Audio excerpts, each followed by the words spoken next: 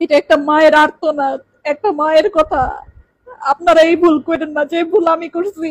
পোলাপানদের দিনই শিক্ষা দিয়েন, পোলাপানদের আল্লাহর রাস্তায় পাঠান, উচ্চ শিক্ষায় শিক্ষিত করেন, কিন্তু ধর্ম শিক্ষা দিয়েন। আমি আমার পোলারে দিনই শিক্ষা দেই নাই, আমি আমার পোলারে বড় করণের লাইগা খালি পড়ালেখাই করাইছি, দিনই শিক্ষা দেই নাই, আখলাকের শিক্ষা দেই নাই। 10-12টা কোচিং করাইছি, টিচার রেখা পড়াইছি, স্কুলে নিছি, মাদ্রাসায় নেই নাই, কোরআনের শিক্ষা তারে দেই নাই। এর লিগেই আমার কপালে এই পরিণাম, আজকে বৃদ্ধাশ্রমের লিগেই আমার কপালে জুটছে।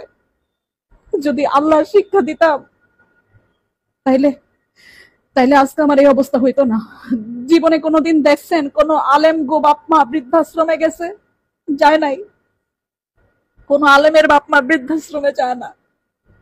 যায় আমগো মতো যারা বাপ মা স্বশিক্ষায় শিক্ষিত কইরা উচ্চতর ডিগ্রি দেই, তাগো পোলাপানরাই এক সময় বড় হইয়া চক্ষু ফুইটা যায়, আর তাগো পোলাপানরাই বাপ মারে পাঠায় বৃদ্ধাশ্রমে। আর নাইলে সুদূরে গিয়া বইসা থাকে, বাপ মার খেয়াল রাখে না, খালি নিজেরটা বুঝে। এটা একটা মায়ের